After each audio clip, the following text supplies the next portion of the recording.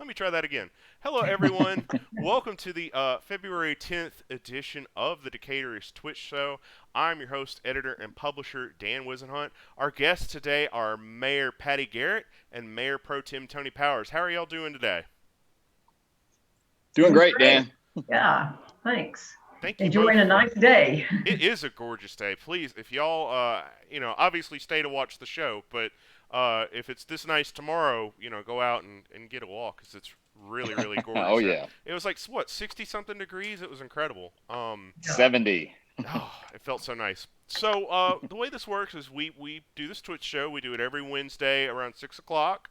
It's unscripted. I do have some questions for our elected officials. If you have questions, what you're going to need to do is create yourself a Twitch account, give us a follow, and jump into the chats and ask them, and our elected officials will be glad to answer them for you.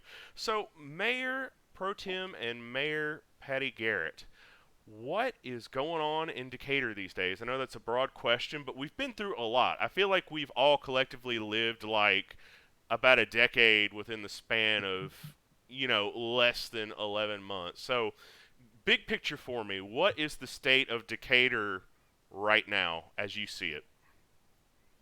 Mayor, since you just gave the state of the city, you want to go ahead and start and I'll fill in the gaps? Happy to start. So, I mean, I think we're all in a different place even than we expected at the beginning of the pandemic. I think we were thinking we would be farther along. I don't think any of us last April, May, June could have predicted that we would still be meeting remotely, or that we would not be able to plan large scale events and things like that. So I think that, but I have to say that I'm really proud of the Decatur community for wearing masks and really following the mask ordinance that we have in place. And for, it's encouraging when you do go out for a walk, people literally separate and go to the other side of the street. And we see that walking downtown. And one of the things I showed in the State of the City was a picture from some of our businesses, and outside people were wearing masks, waiting in line to go to pick up at a business. So I think we know our businesses and retailers are still struggling, and we continue to try to be creative and find ways to assist them. I was on a call last week with once a quarter, there's a call with a downtown manager, Shirley Bayless, and Renee and several other staff people.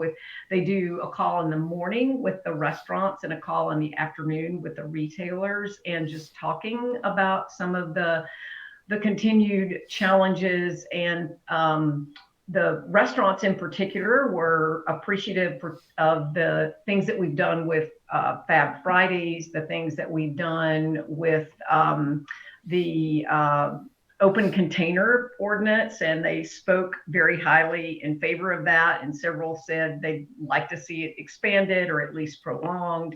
And the retailers talked about, the Fab Fridays have helped them. And we talked about, this upcoming event this weekend that's an outdoor skating rink that is going to be available for ice skating. And I think the rink would hold up to 40 skaters, but I think we're going to be allowing 25 at a time. You have to purchase your tickets online, and it's, I think, $15 for an hour. And you rent your skates, you get the skates included, and they're going to be sanitizing and the skates in between uses, and hoping that it will be something that, a family might come out and enjoy, and that we might drive some. I think some of the businesses may have some things outside that they're promoting to try to get people into their businesses. The other thing that I thought was particularly important and really made me feel good was that the retailers were sharing strategies with each other about how to, let's support each other on Twitter. If you post something on Instagram, tag me. And I think some of the businesses actually went together on different like Valentine's specials. Like I think Little Shop was partnering with Linux Cupcakes for like a Valentine's special. So I think we've all been pushed to do things differently and creatively. And was encouraged to hear, that from the small businesses that they really want to work together and want people to come to feel safe shopping in or at their sidewalk sales, and the restaurants the same thing. So I feel we've lost some businesses, we've added a couple of restaurants, but I think we're going to continue to see small businesses struggle some. And that's one of the things that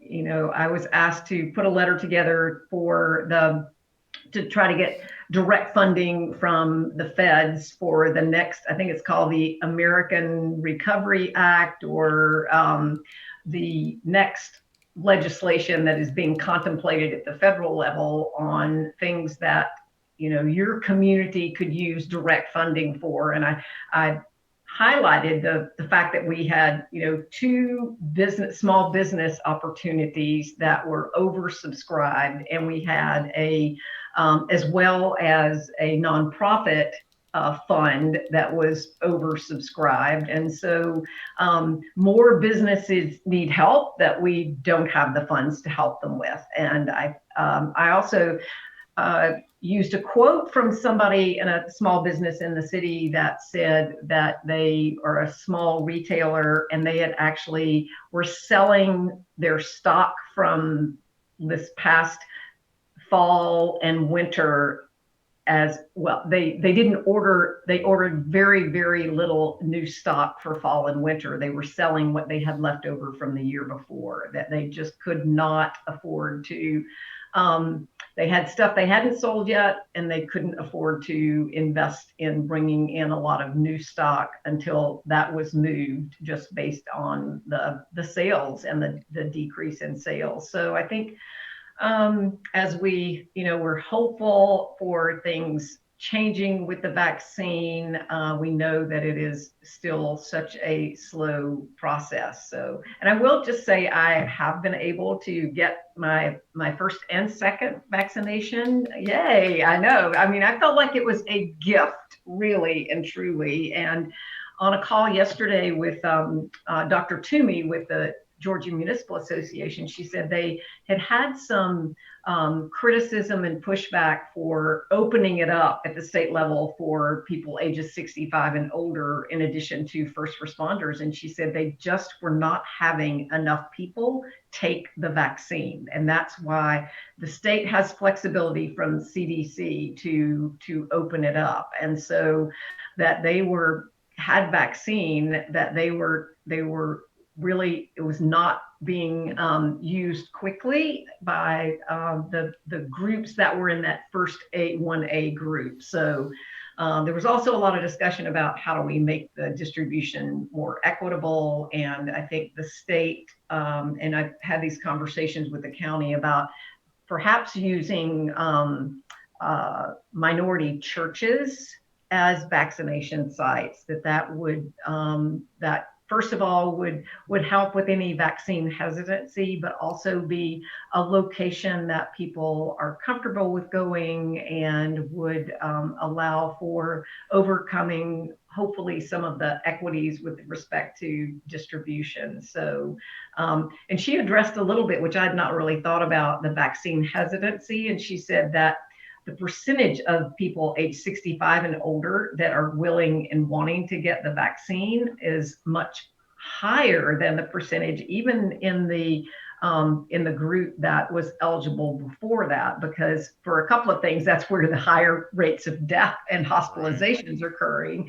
And she said a lot of people age 65 can remember polio epidemics. Oh, and I remember having a teacher when I was in high school who had polio. And so, and I remember, taking little sugar cubes, and I didn't, I was I'm not that old, and I was not during that period of time, but I certainly saw people that were affected by the impacts of polio. So I think continuing to tell people that, the vaccine saves lives.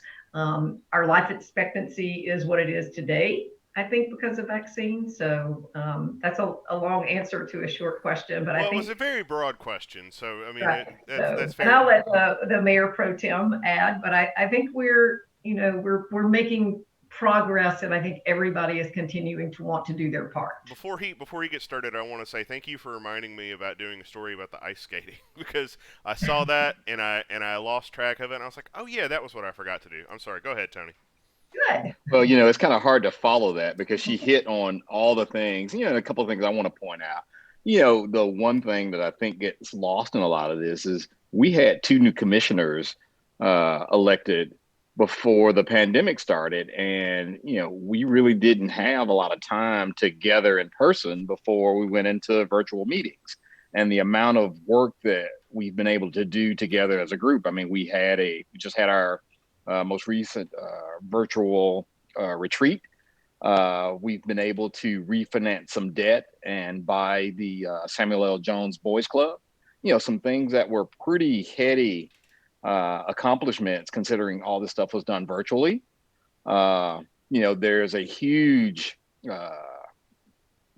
stain been lifted from our community, from the square that once sat a Confederate monument that's been removed. So I mean, just there's been a lot of things that have happened that have tended to bring our community together. I like to think that our friends, our neighbors, the folks that live here are very resilient. If any community can weather a pandemic, it's ours. And it hasn't been without its challenges. And the one thing that I want to put and go and continue to be on record is that all of our teachers and the support staff at our schools need to get vaccinated. They need to be in that list now. I mean, I am a strong advocate for our teachers being protected. What are you and the city officials doing to apply pressure on that front? Are you calling the governor? I mean, who are you talking to try to get teachers uh, vaccinations faster? Well, personally, I'm talking to our delegation and the elected officials that represent the city, both on a county level and a statewide level, because ultimately, I think the more of us that reach out and they reach out to the higher authorities, that we can start making some of these things happen. I hate hearing that vaccines are going to go to waste. There are teachers that absolutely want to do their jobs, but we have to protect them.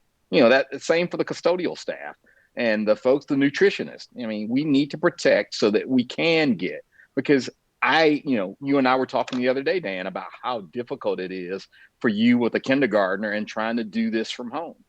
I don't have that issue, but I know a lot of people that do, and it's tough. So we have a few questions coming in.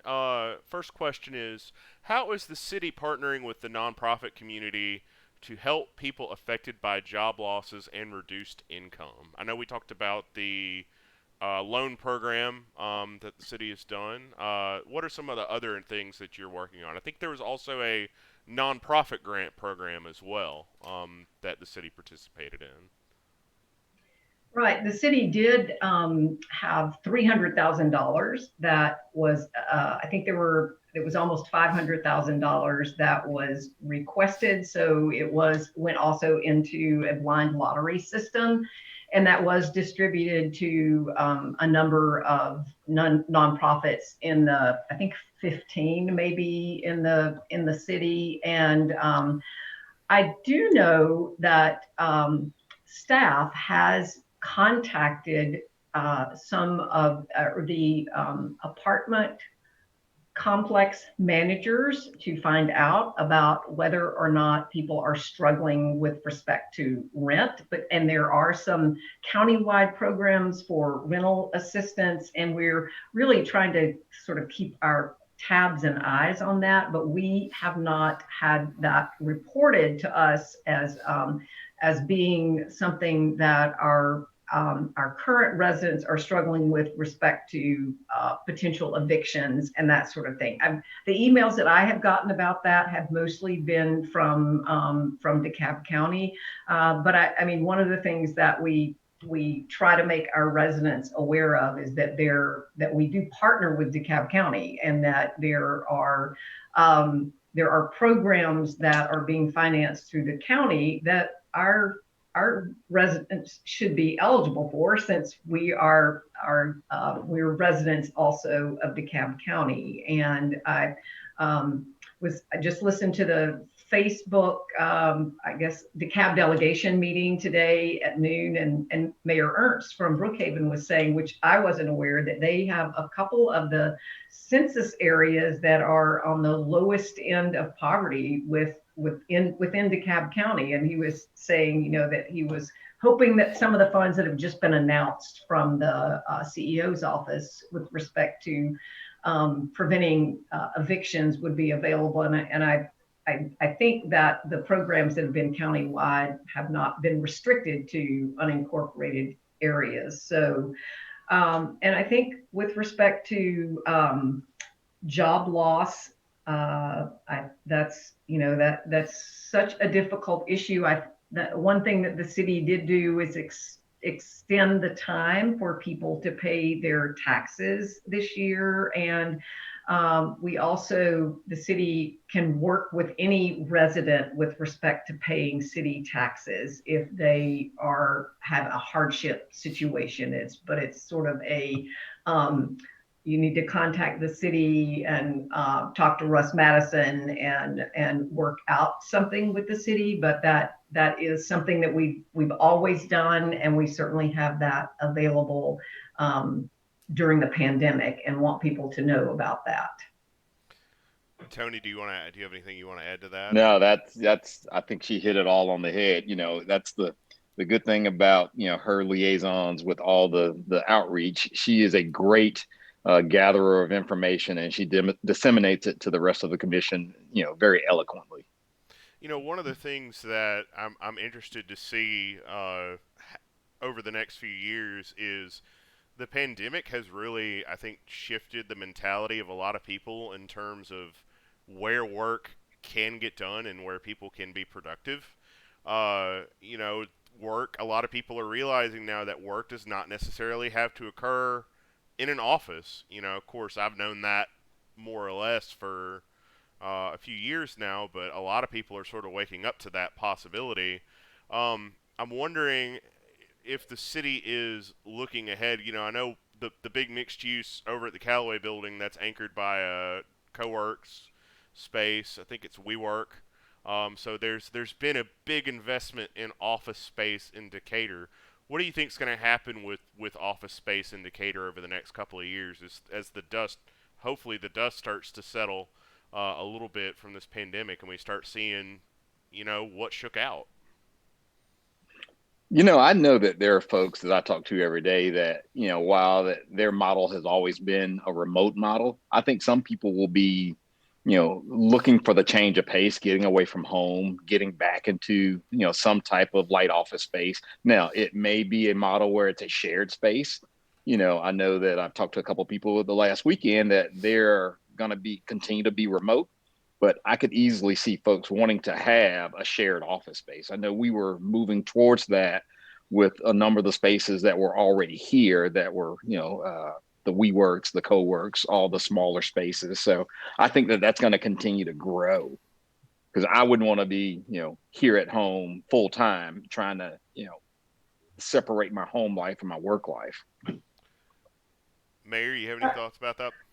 I do think people will be, there'll be more flexibility, I think, that everyone will be looking for. And I mean, I think we've certainly found that, at the city staff level. Are there folks that can work from home part of the time, work in an office part of the time? Or there, we're even looking at, what do our commission meetings look like when we go back? I can't imagine that we aren't going to have some hybrid of some ability to have remote interactions with, because the numbers of people that attend city commission meetings virtually is significantly higher than, as you know, people that sat in those chairs and came to our meetings. And so I think it is going to change that sort of interaction that we have. And I do think people may be looking more at some hybrid models, and you may work more days, you may work from home, in which case you may have more shared office space that makes sense. And we may be looking at, we were fortunate in that Emory Nursing School is renting a significant amount of space for training. And so we may be looking, I hope is going to be a long-term tenant in downtown Decatur. It may be looking more at, we have office space that may be rented for other kinds of uses, but we do know that certainly certain services have to be in an office setting, but it may in some cases be more remote working and a combination. But I think we'll just have to see how that impacts not only Decatur, but throughout the metro area, what that's going to look like. I have a friend that does contract work, and the firm that she works for is out of New York City. And I think they were looking at, do we continue renting this space? We've been able to do this remotely. Do we, rent a conference room when we need it, when we bring everybody together in New York, or do we continue to pay for an office space? So it'll be interesting to see kind of what work looks like going forward. Decatur has, for a small city, always been pretty forward in terms of integrating technology. Streaming video was something you did, way back in 2013 when I started doing Decaturish, and it was probably there a lot longer before that. What's going to be interesting to me is a lot of smaller cities your size. That's a new thing for them, streaming meetings, and I'm interested to see how many, once we all get back to attending meetings in person again, how many choose to keep some online webcast version of it, because it is really convenient. You don't have to get, you don't have to shave. You can, you can just sit on the couch and watch the meeting. Because Avondale has basically gone to Zoom meetings in their town of 3,000 people. So I'm wondering if that's going to be the future for them, as well as if they will continue to have. That would be great. I think anything that increases participation in local government is a good thing. I have another question. How is the city working to advance social justice and equity? So, that's been really at the forefront of a lot of where we've been. The reckoning, we put $50,000 into a series of speakers, a mural project on North McDonough in front of the high school. I think part of, for me, the reckoning with this is actually having the conversations. Before, I think a lot of times these conversations were pushed aside or something bigger came, but this has been the forefront. I know with the timing of the strategic plan, this has been one of the big forefronts. I gave the opening for the 202 on race and inclusion that was hosted by Ed Lee of the Better Together board. And the conversations there, I stayed long after I gave the introduction and, popped in and out. And even after the meeting ended, there were probably 40 to 50 people still on a Zoom call an hour and a half after a meeting ended. So people are ready to talk about it. And this is a direct quote from Ed, and he said, and this is what I hope that people take away from it. We have the right people in the right place at the right time to have these conversations and make these actions possible. So I think we are very intentional in, where we've headed, how we've tried to include people, the actions that we've taken, starting with taking that action to help get that obelisk down. I mean, they're difficult conversations to hear, but we all need to share the responsibility in those. And there's not a meeting where this subject and the conversation does not come up. Whether it be at the end of a commission meeting or during a commission meeting or in our daily lives. I think this is something now that we no longer will just sit idly by and let these things happen. What? We did add an additional $50,000 allocate out of this year's budget to get us from January through the end of this fiscal year, and are looking to Renee, I think, in involving the Better Together board as to kind of what the next steps that is going to entail, kind of what happens after we've had the speakers and we've had this, enveloping our strategic plan. The city also, at Renee Madison's recommendation, joined an organization called GARE, GARE, and it stands for Governmental Alliance on Race and Equity. And so we are partnering with them, and the city has an internal equity team that has been in place over a year. It was actually put in place, I think, by the city manager a year ago. And the co-chairs of that internal equity team are Renee Madison and Deputy Chief Scott Richards. And there's departmental representation on that. And so I think from the city staff perspective, they are really, asking questions and trying to get input from people that work for the city on what the city could do better as their employer. And I think from our perspective on the community level, we want to do the same. And as Tony said, the conversations are difficult. And if you're not uncomfortable, then I think something's wrong, right? So it is not always easy to talk about race and equity. But I think when the more we learn about things like redlining, and even how when MARTA came through, what that did to the Beacon Hill community. I mean, MARTA's been a great thing for the city of Decatur in terms of getting 3 MARTA stations, but I don't know that everyone was brought to the table for that conversation. And so it's, we have people like Mayor Wilson that can, go back and give us a history. And especially, during this February, during Black History Month, there are a couple of, there's a program that the DeKalb History Center is putting on, where people are going back in the archives and sort of looking at racism in DeKalb County and some of the decisions that were made. And I think education is a part of it, but if we just learn about it and don't take any action, then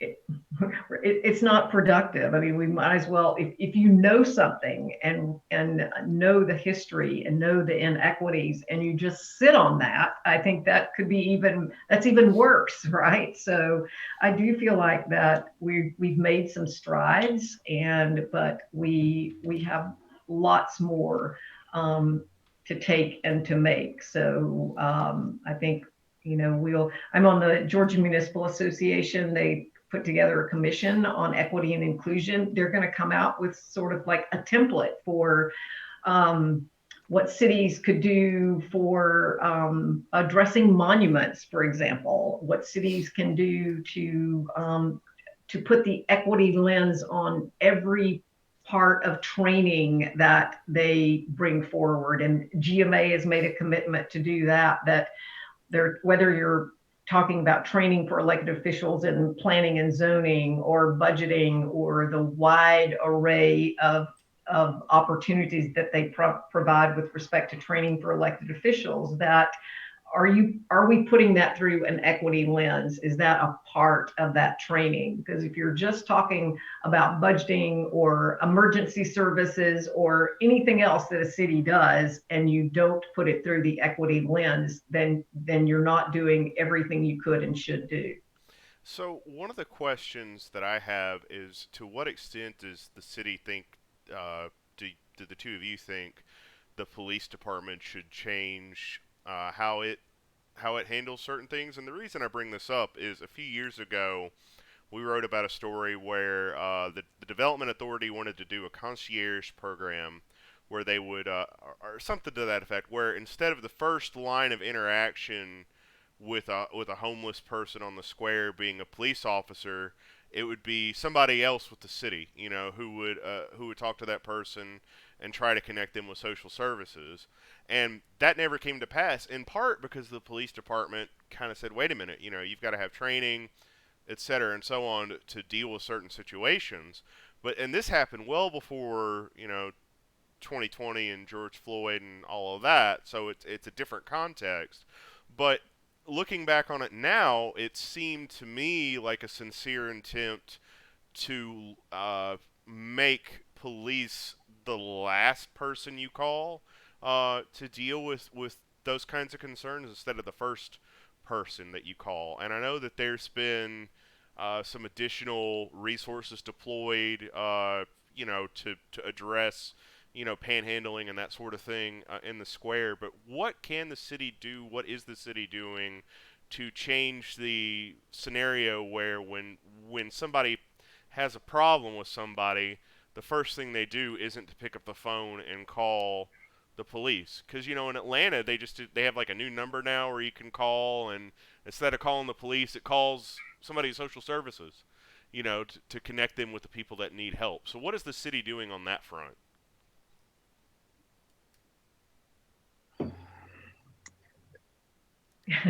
Neither of us are like jumping in with both You're feet, right. you know. I I'm going to take that go as ahead, a Mayor. maybe you could be doing more, or I'm Yes, we could hesitant be to doing speak more. for the police department, but I'll let Tony answer, and then I do have some comments I'd like to make. I know that the city of Brookhaven just started a program very similar to this, either the middle of last year or within the last year. And I've got friends over in Brookhaven, and trying to find out how the program's going for them. Uh, could we be doing more at that forefront? Again, I can't answer that for the police department.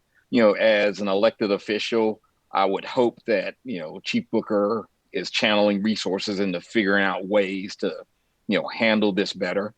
I know that our police department has undergone, their own internal strategic plan. They've come up with a number of methods where, they've gone into the community now, not just as policemen, but as members of the community with their outreach through the housing authority. Uh, Coco with the Popo, touch football with the police. So having that interaction in something other than the police showing up in uniform to get our children and the people in our city comfortable with them as people and not as police first. Uh, that's something that I think, had the pandemic not hit, maybe we'd be a little further along in that discussion. I know that, those conversations were starting to happen. The pandemic has set a lot of initiatives back. So, and I'll let the mayor, and, sort of jump in at that just to be point. clear, I'm not, this is not a knock on the police department. I mean, Decatur's police department is pretty forward thinking, like a lot of its institutions. What I'm specifically referring to here is taking the police out of this equation entirely, where it's not a police officer that they interact with. It's somebody from social services. It's somebody from a home. You know what I'm saying? Crisis, mental health, all that sort of thing. So that's, I don't know if that changes your answer at all, but I just wanted to be clear that that's kind of what I'm talking about. It's not how do we improve the relationship between the police and the community, but how do we forge different relationships between the community and other entities that can provide some of the services that we're asking police to provide. I think we're also going to have to partner with the county because they have the resources with social services and some of those needs. So a partnership with the county where we start to take a hard look at maybe sharing of resources where we might get someone from public health to come in and start training our officers, or there's a an internal program where maybe it's a fellow, sort of like we do with a lot of the initiatives within the city. That's something that could be accomplished again through this collaboration with the county, maybe involving the state. I don't know if just the city looking to initiate a program in which we may not be equipped for. I think it's going to be part of a collaboration. It definitely has to be. Sure. Mayor, you wanted to add something to that as well? Yeah, I mean, we are partnering with the Dream Center that particularly to deal with homelessness and to try to help people be able to move from living off the street, and that works to find training, housing, employment, and I mean that the homelessness was one of the concerns that was brought forward, particularly in the retailers group. And we've also have partnered in the past with DeKalb County Health, coming out, I think, once a month and meeting and letting people know about services and about both mental health services as well as other health services. And, and I do know sometimes our police officers will, call ambulances to take people to. I think it's probably a little less frequent now with the pandemic, but I think some of the concern is that we do need somebody that is trained to work with somebody that would be some of the folks that are living on the streets have some pretty significant mental health issues, and I think we have to be careful about putting, quote, kind of a lay person in a situation that there might be anger or something expressed in a way that we want to make sure that they would be able to have some backup or be able to deal with that. And so I think that is one of the concerns. Is I'm very much interested in seeing how Brookhaven's pilot program works out, and I think it is I think what we have done in the past is work with, like, let's see what we can do to have our police officers be viewed as, when we said in our All America City presentation, community police officers who enforce the law, that we think of them as part of our community first. And they've done a lot of training in community policing. One of our officers is a former pastor, and so I think they have some additional skills. But I hear what you're saying about, if the first thing that you see is a uniform, and if your automatic reaction to that is negative, is there something that can happen instead, or that could be an interface before somebody in an office in a uniform deals with a person that may have some mental health issues. So I think it's a difficult kind of situation to figure out the best way. We don't want people to feel, our officers, we want them to feel like they are not, they don't present with a threatening appearance. They generally approach people in a way that is not what you typically think about a police officer, coming someplace. Part of what we observed during the Black Lives Matter protest, where our officers were sort of around, but they were not, you had to look to find one, and so I guess it's a conversation that we would need to have with the broader community to say, what other actions do we need to be looking at taking? So just to close off this topic, because we do want to keep moving. Jen commented, it's a comment, not a question, her comment is, I sincerely hope the 10-year strategic plan adds a board specifically for issues of homelessness. These type of issues fall outside of affordable housing issues. Chronic homelessness needs innovative solutions. So just throwing that, I don't know if y'all want to respond to that before we move on, but I just wanted to put that out there. Anybody?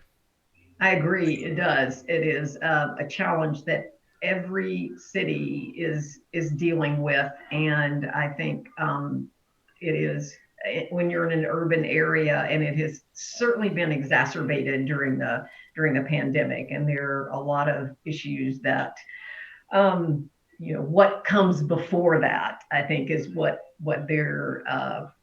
she's saying is what do we do to prevent the kinds of things that happen that end up with a person on the street. National League of Cities just put out I just saw it today that we're dealing with homelessness and kind of the background between how people get to homelessness, and what can we do to make those impacts ahead of time. So we're going to shift gears really quick. Agnes Scott and the city of Decatur recently have been collaborating on a climate resilience plan. We did a story about that on Decaturish.com, and we have a question related to that. The question is, we are facing a climate crisis at the same time as these other crises. How is the city working to address climate resilience and reduce our greenhouse gas emissions while providing for economic development and equity? And where are the softball questions?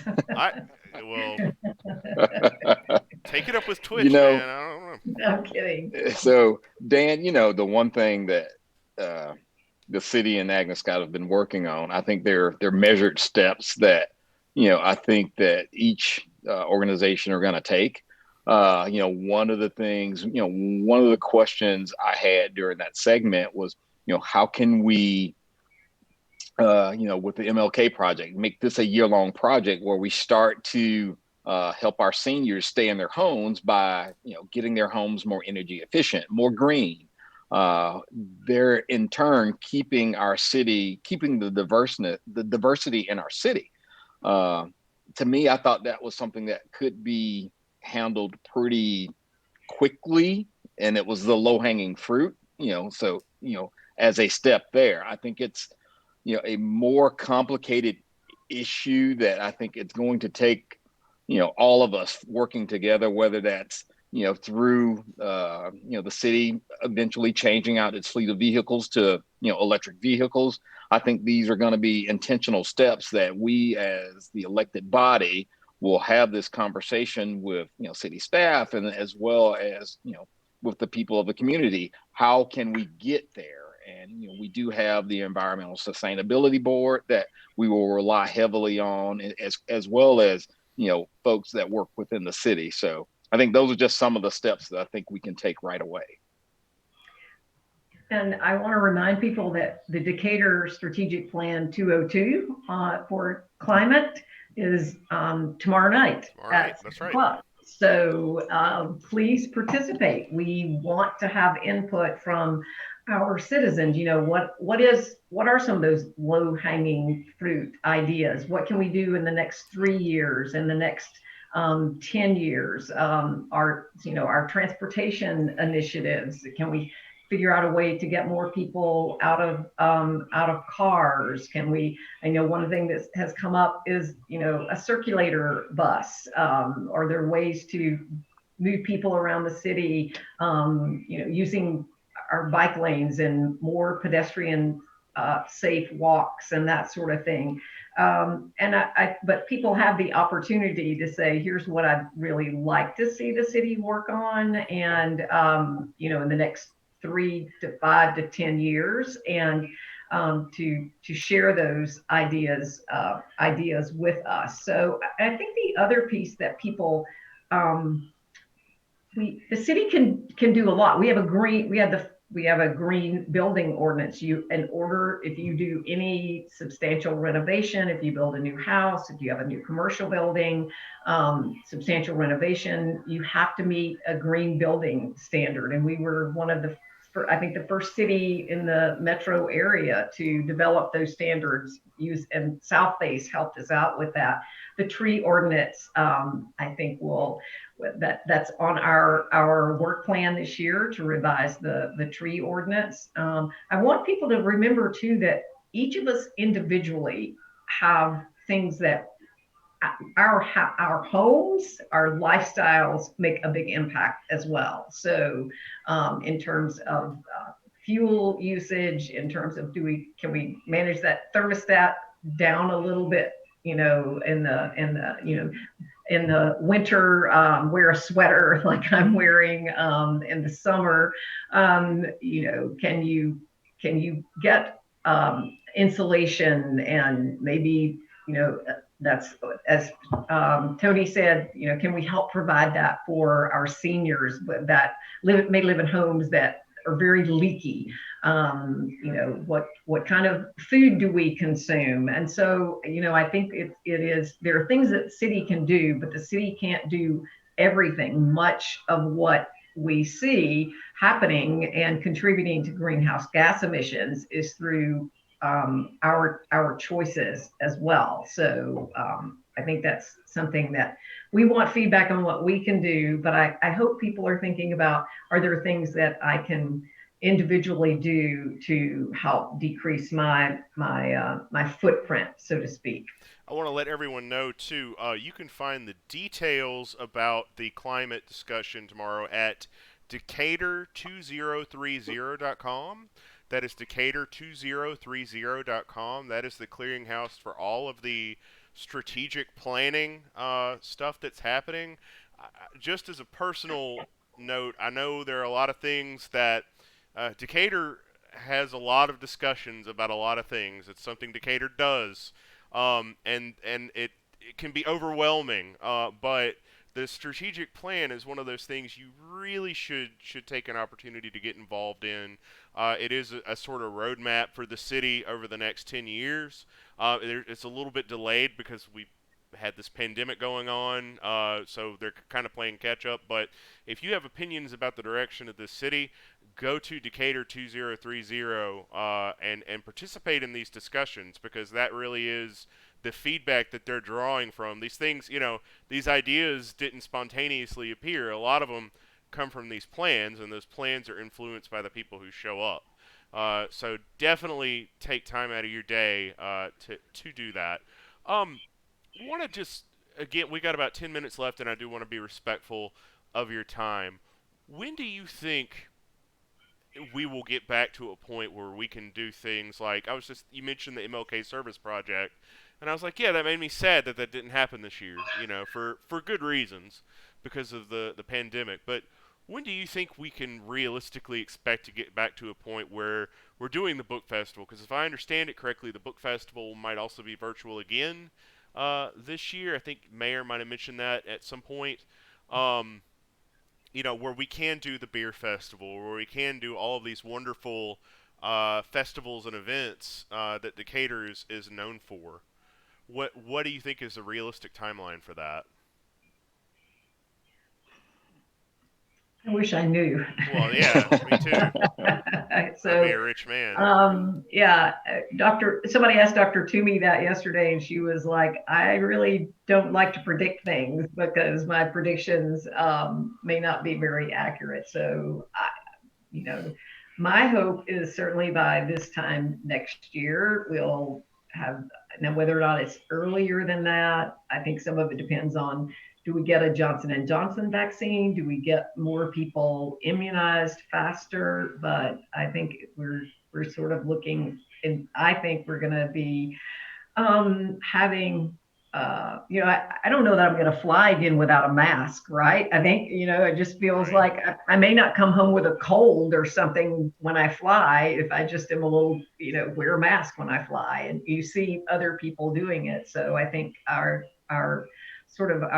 casual attitude about public health I don't think we're ever going to have again. And so I think we're going to take more precautions about some things that we didn't pay as much attention to. But I mean, that's sort of the sum of what I've heard that might be looking, hopefully will become more normalized throughout the year. But in terms of, can we just go back to having a festival for, I mean, that's a good marker, is like, can we have 200 people come together and feel like we're all okay doing that? Yeah, because I was at the beer festival a few years ago, and it was elbow to elbow. It's definitely limited personal space, and I wonder when we can get back to that kind of stuff. And to what extent, I guess some of that falls on the city in terms of what you choose to permit, right? I mean, the city does have some sway there. I mean, what is the city talking about at that level? Like, when do you think the city will feel comfortable permitting events like that happening? What is, more importantly, what is guiding that decision? I think that's a better question. So instead of giving us a timeline, why don't you tell us what is actually guiding that decision and those decisions? Mayor, when you say science and the experts, I Well, think that sure, we but rely heavily. We were on a call with Dr. Fauci, 2 weeks ago, for Cities United. And, it was a really great conversation. And I think his message was pretty clear that we all need to continue to watch our space, wash our hands, maintain social distancing, but also when it's time for you to get your vaccine so that we can get to that point where, you know, late fall and winter, we could start seeing, people in sporting events. But I mean, he was pretty clear that we still have a pretty significant road ahead of us, you know, and I think we've got to, I think one of the best things I heard about, the vaccine, the knowns versus the unknowns, it's, what you're going to get with COVID. So taking the vaccine makes it a pretty clear choice that what COVID's going to do. Don't fear the vaccine because you know what COVID's going to do. So we just got to make sure that, we're equitable in, the way the vaccines are distributed and make it equally accessible for all folks. And, if, President Biden's plan was 100 million vaccines in the first 100 days. If we can get to that, maybe by late fall, maybe it's, the new normal, but clearly it won't, it probably won't be like it was 2 years ago where, it's wall to wall and elbow to elbow. But, I hope to think that we are letting science guide our decisions. are you waiting? You talk about this a lot with other municipal officials and these organizations that you're in. I mean, what are the magic words that you're waiting to hear for planning purposes? Is it 80% of people are vaccine? I'm just throwing numbers out here. Or, community spread, because we talk about metrics with COVID all the time. We talk Right. about positivity rates and community spread and vaccines. What have they given you any sort of like a threshold of how many people, percent of the population we would like to see vaccinated before we can start to think about doing some of these things again? The only thing, that I have, well, first of all, I think we as elected officials are going to rely on our emergency management team that Chief Washington heads for the city, and they're in regular contact with the DeKalb County Department of Public Health. They use the guidance from the CDC, and that's what we have used in making our decisions about the mask ordinance, about all of the public information that we put out. So I think it is when a when the scientists and the scientific organizations, when CDC says we think there is enough immunity out there that you can begin increasing the numbers of people that gather safely, then I think that's how we'll make those decisions instead of us trying to come up with, well, when they say there's 70% herd immunity, then the city's going to open up again. If they say there's 70% herd immunity and that cities can safely do that, then that would be the marker that we would use. If they say you really need to wait till it's 80% and you're having no positive test in your community for so many days. Then I think we, just like the other guidelines have continued to evolve with the CDC, I think we will have to take our lead from the public health officials with the White House task force on coronavirus, and particularly from the CDC. So um, I think we're all hoping for sooner rather than later, but that may not happen. And I think that's been the hard part, is how do we remain patient, and how do we still do what we can do. And